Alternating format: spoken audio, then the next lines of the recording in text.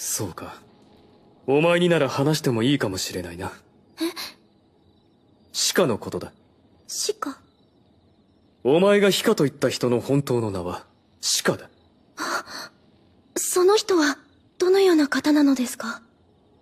あの人はカンタンの闇商人の頭だった。そして命の恩人だ。俺の名。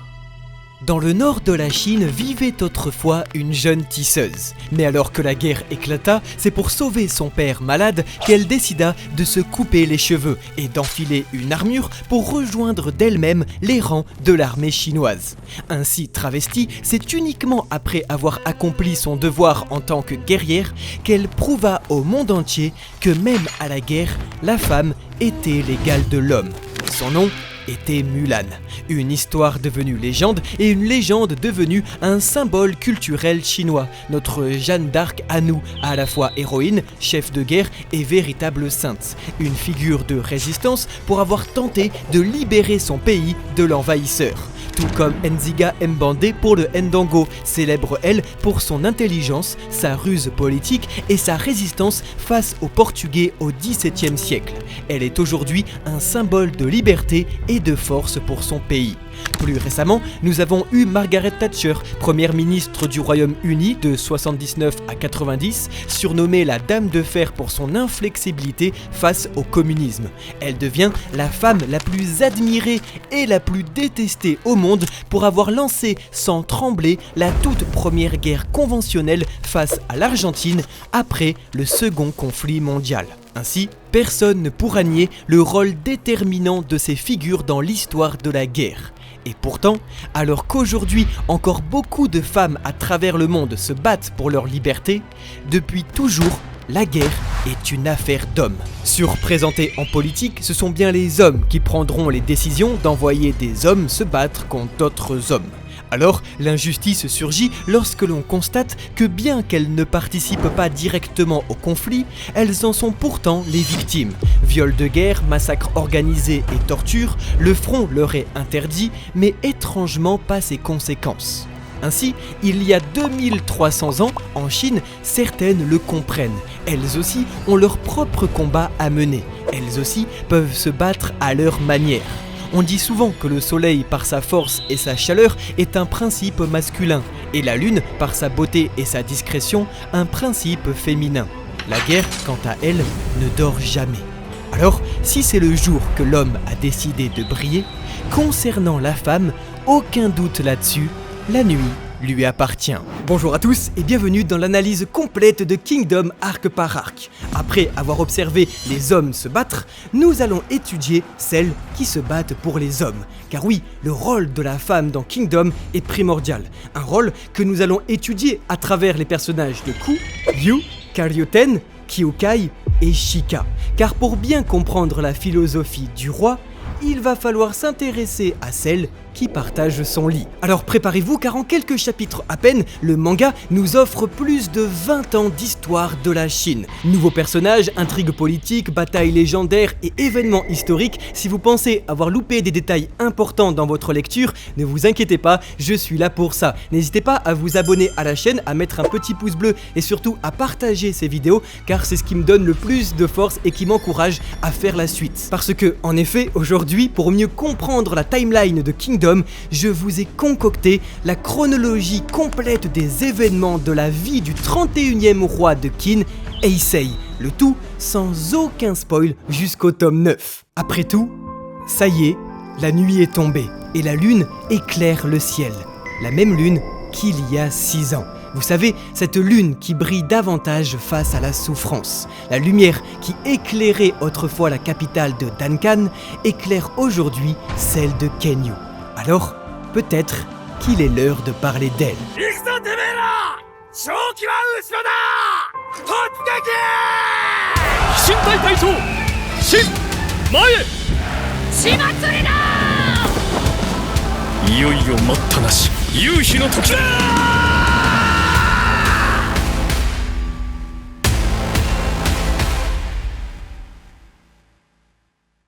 Vous Vous savez, diriger un pays c'est pas facile, alors autant être bien installé, vraiment bien installé. Et ça, c'est possible grâce au nouveau partenaire de Kamal et Kita, Flexispot, qui nous a littéralement sauvé la vie et qui va changer la vôtre. Flexispot, c'est un site de bureautique absolument fantastique et ils nous ont envoyé leur tout nouveau bureau assis debout électrique E7 qui est un game changer, vous avez pas idée. C'est simple, c'est devenu le meilleur allié de nos productions, je suis littéralement devant, c'est gigantesque et je serai toujours devant, que ce soit moi ou Kita, pour absolument toutes nos vidéos tellement c'est agréable. Cette énorme pépite est arrivée extrêmement vite et le montage, alors qu'on a pris pourtant tout équipé, je peux vous dire que j'ai eu plus de facilité à monter le bureau que Riboku a monté Kanki.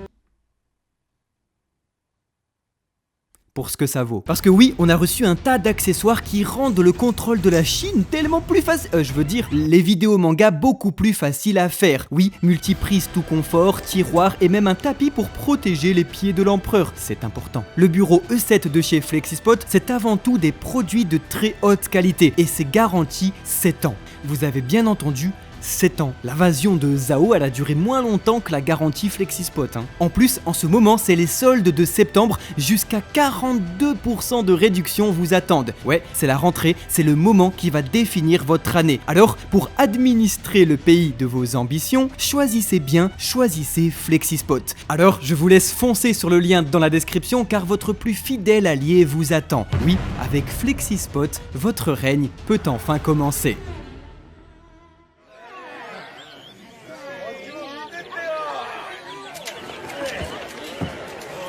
そっちこそ図に乗ってんじゃねえよ。俺たちは将兵を忘れてねえぞ。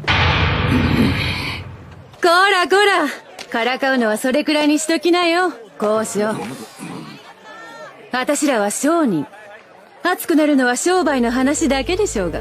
Tout commença avec une main tendue. Il y a 18 ans, dans l'état de Zao, un marchand itinérant nommé Shikei, poursuivi par des soldats ennemis, trouva sur son chemin 3 orphelins, Koshu, Amon et Shika. Pourtant, au bord de la mort, il décida de les adopter. La même année, l'état de Qin et de Zhao entrèrent en guerre pour le contrôle de la région de Jotou. S'affrontèrent ainsi l'un des 3 grands cieux de Zhao, Renpa, et l'un des 6 grands généraux de Qin, Hakuki. Durant le conflit, le prince de Qin, Shiso, fut capturé par l'état de Zhao et devint un otage politique très important. Il y a 16 ans, après 2 longues années, l'état de Zhao perdit patience et l'illustre Renpa fut remplacé par le général Shukatsu. L'issue de la guerre se joua à la ville de Shuei, où le général Huki vaincut Shukatsu et mit malgré lui un terme au conflit. Seulement, après la reddition de l'armée de Zhao, le général Hakuki décida de tous les exécuter. Ainsi, 400 000 hommes trouvèrent injustement la mort, enterrés vivants. Un massacre qui créa une haine gigantesque des habitants de Zhao envers l'état de Qin. De ce fait, toujours otage chez l'ennemi, le prince Shiso, lui, devait absolument s'enfuir pour ne pas devenir l'homme de paille de tout un pays. Cela tombe bien, il rencontra un marchand très influent, nommé Ryofui. Ensemble, ils décidèrent de s'entraider. Le prince promit au marchand que si il l'aidait à s'enfuir et à retourner dans l'état de Qin, il lui offrirait tout le pouvoir qu'il souhaite. Ryofui décida alors d'investir toute sa fortune dans le sauvetage du prince. Seulement, la même année, Shiso tomba amoureux d'une femme dans la capitale et eurent ensemble un enfant, le prince héritier du trône de Qin. Ainsi ouvrit pour la première fois les yeux Heisei. Il y a 13 ans, après 3 ans de préparation et après avoir dépensé toute sa fortune, Ryofui parvint à faire s'échapper le prince Shiso de Zhao et arriva à Qin comme un héros, le sauveur du prince. Seulement, pour rester discret, l'évasion ne permit pas d'emmener Sei et sa mère qui durent eux rester à Kantan. Ainsi, durant des années, ils vécurent comme des parias. Devenu le bouc émissaire de tout un royaume, Sei dut encaisser la haine et la rancœur d'un peuple meurtri qui réclamait justice pour le massacre de Shohei perpétué par Qin. aucun argent ne lui sera envoyé et sa mère sera obligée de vendre son corps pour survivre. 3 ans plus tard, il y a 10 ans, Shika, Koshu et Amon perdirent leur père adoptif et se promirent de devenir à leur tour marchands et de veiller les uns sur les autres. Il y a 6 ans, alors que 10 années s'étaient écoulées depuis le massacre de Shuei, le roi Sho, connu comme le dieu de la guerre, mourut. Et l'état de Qin vit Hankokokun, le frère aîné de Shiso, devenir roi. Shiso décida alors d'agir en allant extrader de Zhao son fils, héritier légitime du trône. Pour cela, Ryofui demanda de l'aide à Shika, devenu chef du marché noir, et envoya Dunken, son homme de confiance, la rencontrer. En apprenant l'histoire du jeune héritier, c'est sous la lune que Shika décida de boucler la boucle. Et c'est pour sauver à son tour un orphelin qu'elle n'hésita pas une seule seconde à tendre la main. Ce geste, Sei ne l'oubliera jamais. Si il en est là aujourd'hui, c'est grâce à elle et à sa lumière. Et alors, tout devient plus clair. Vous vous rappelez de la surprise de Shin lorsqu'il découvrait l'endurance du roi dans la forêt au tout début du manga. Eh bien, ce roi, on le comprend mieux aujourd'hui. Ce roi qui n'a pas peur de se battre, ce roi qui n'a pas peur d'avoir mal. Lui, contrairement à son demi-frère, Seikyu, n'a pas vécu enroulé dans de la soie. Lui, il n'a connu dans son enfance que la haine et la peur. Et ça, c'est un traumatisme beaucoup plus dangereux que n'importe quelle douleur physique. Sei, c'est un enfant abandonné par son père et détesté par sa mère.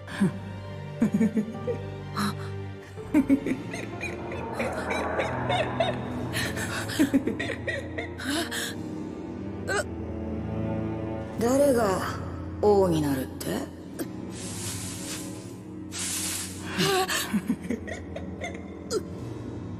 誰が王になるって？誰が？ Pour survivre face à tant de haine à Zhao durant des années, le roi a abandonné toute humanité. Et c'est ce qui explique son stoïcisme adulte. Son corps a déjà été brisé. C'était donc pour se protéger que le garçon avait fait taire tout sentiment en lui. Ne plus prendre le risque d'aimer pour ne plus avoir à perdre. Ne plus espérer pour ne plus connaître la déception.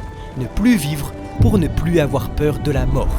Dans son regard, l'on peut voir qu'il avait perdu quelque chose. Cette chose qui permet de créer des miracles et de changer le monde. Cette chose qui permet d'avoir confiance en l'avenir. En d'autres termes, la foi. Et c'est ce que lui rendra la lune. En effet, nouvelle figure maternelle pour Sei, Shika va lui donner la chose la plus précieuse qui soit pour un roi. La foi en son peuple, l'envie de croire en les autres. C'est en rendant la gratitude qu'on lui avait offert que Shika perpétue cette volonté. C'est parce que quelqu'un lui a tendu un jour la main qu'un jour Sei fera de même. C'est l'héritage de Shika qui offrit sa vie en échange d'une autre. Ainsi, elle ne mourra jamais. Sa volonté sera transmise chez Sei et influencera toute sa vie comme son identité.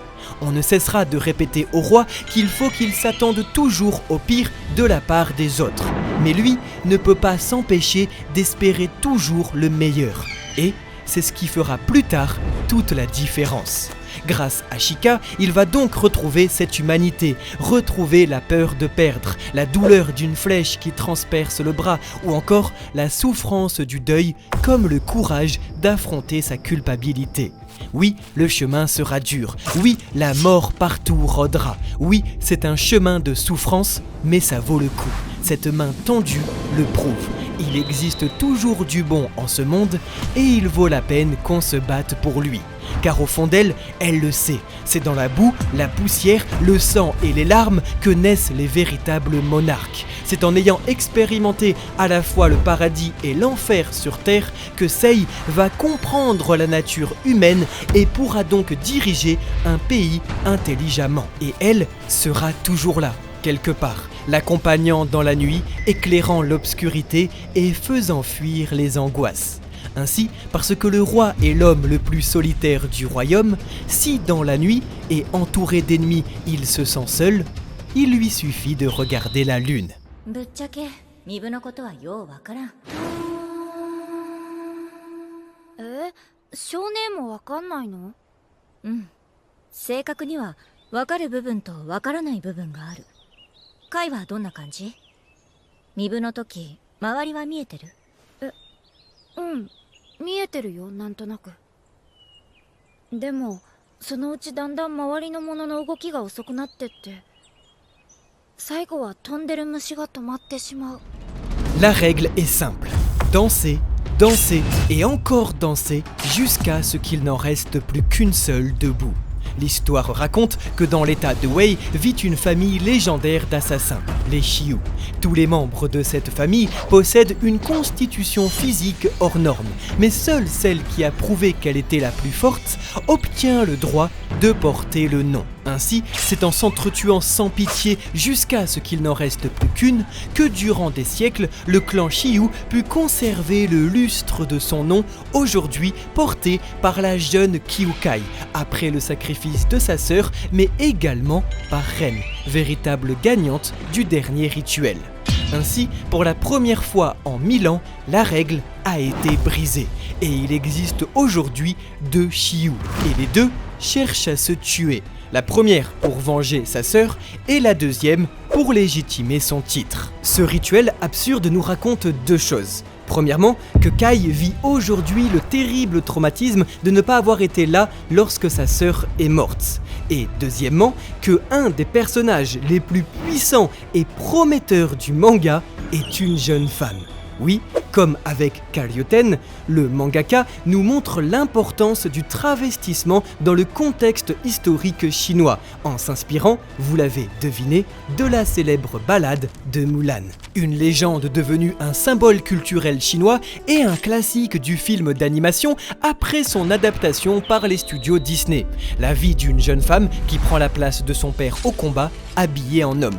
12 années durant, elle va se battre et n'avouer son secret qu'à la fin de sa mission. Tout comme dans Kingdom, c'est donc pour espérer être respectée par ses pairs et être acceptée en tant que guerrier que la femme ne va pas avoir d'autre choix que de se déguiser en homme. La légende de Huamula est l'une des premières histoires de femmes qui se travestit. C'est l'idée qu'on peut changer de rôle. Le rôle sexuel n'est qu'une performance, il suffit de changer d'habit.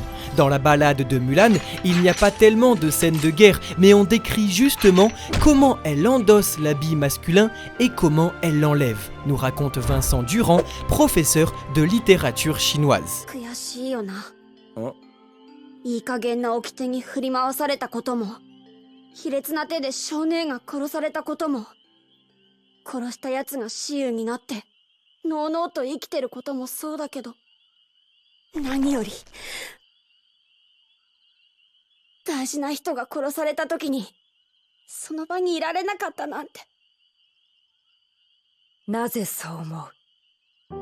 俺はそれが、一番怖いから。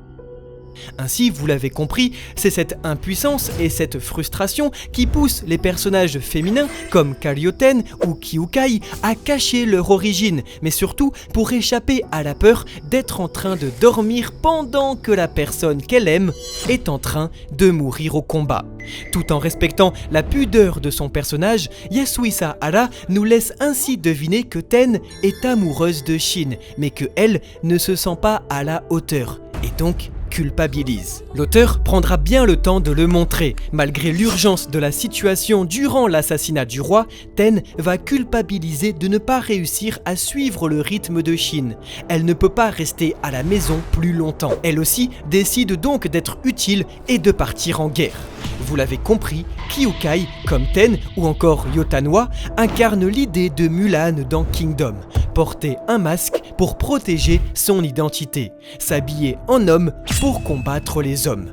Tiens, c'est marrant, dans les 6 grands généraux à l'époque du roi Shō, il y en avait un qui portait un masque. L'on se rend compte alors que la femme dans Kingdom, malgré quelques exceptions que nous verrons plus tard, n'a pas d'autre choix pour être respectée comme les hommes que de se battre dans l'ombre. C'est donc la nuit que la femme entre en action, que ce soit avec Karyoten, Kyukai, Ku et surtout Shika. ce sera toujours sous la discrétion de la lune que l'auteur décidera de révéler les secrets de ses personnages féminins. Car qui a dit qu'une épée avait besoin du soleil pour briller? C'est dans l'obscurité que l'auteur en profitera alors pour nous éclairer, nous lecteurs, sur les subtilités des luttes qui se déroulent dans l'ombre. L'occasion de représenter les différents clans d'assassins et de retrouver celui des Brutes Écarlates, dont Jokan faisait partie, mais rappelez-vous, tué 6 mois plus tôt par Shin. Les pauvres Brutes Écarlates vont donc servir ici de punching ball au protagoniste principal et montrer ses progrès comme son évolution physique. Oui, il a gagné en taille, en muscles et en technique. Ceux qui lui avaient demandé beaucoup de mal à l'époque lui demandent aujourd'hui qu'un seul coup d'épée. Clairement, Shin est devenu très puissant et surtout respecté par des hommes bien plus costauds que lui comme Denyu, la montagne de muscles. Seulement voilà, il a encore trouvé plus fort que lui. À travers le discours de Bihei, l'auteur nous montre que Shin et Kyukai se valent au combat, mais l'on peut remarquer qu'une chose les différencie: l'endurance. C'est bien parce que Shin ne s'écroule pas tout de suite qu'il peut tenir sur la longue, alors que Kyukai, elle, a besoin de souffle pour danser. Parce que les Shiyu sont censés avoir aucune pitié pour leur adversaire, leur combat ne doit jamais durer plus que quelques secondes, leur permettant de regagner leur faible endurance. Autrement dit, plus le combat s'éternise, moins le Shiyu a de chances de l'emporter. Et c'est ce qui se passe contre Shin, car ici, le monstre dévoile un petit peu son humanité. Peut-être qu'elle aussi a besoin de trouver une famille à protéger, une famille pour qui danser. Et alors plastiquement, parlons-en. La danse du Shiyu est l'une des meilleures idées sur le papier. C'est d'une beauté et d'une poésie très travaillée. Le découpage très épuré permet de se rendre compte de la beauté mortelle de cette danse, à la fois magnifique mais dangereuse, à l'image de Kyukai. Mais sa véritable science réside ailleurs. En effet, vous l'avez peut-être manqué, mais Shin, fiévreux, semble se faire guérir par Kyukai dans son sommeil. Retenez bien cela, si le souffle du Shiyu permet de tuer, il semble aussi pouvoir sauver.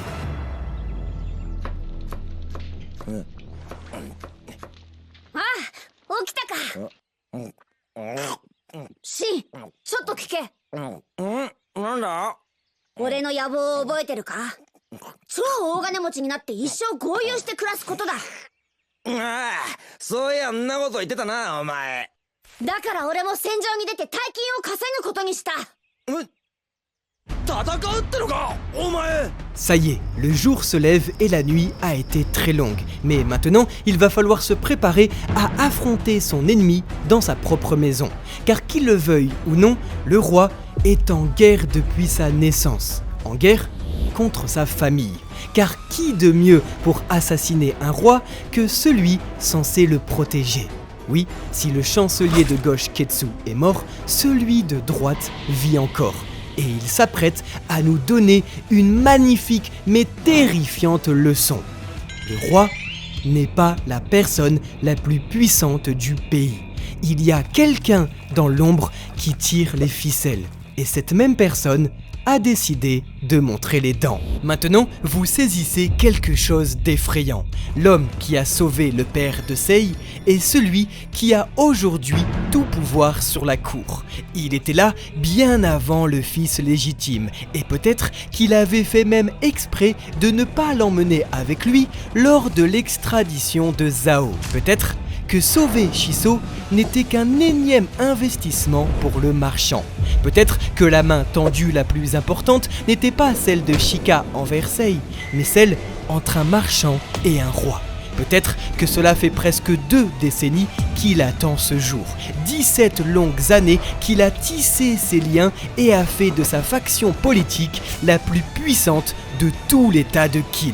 Entouré à la fois des maîtres de la guerre et de la diplomatie, des lois et de la finance, cet homme est aujourd'hui invincible. Et ce que vous vous apprêtez à découvrir est la conclusion de son plan. Un plan vieux de 17 ans. Celui du marchand le plus connu, respecté, puissant et craint de toute la Chine, le chancelier Ryu Fui.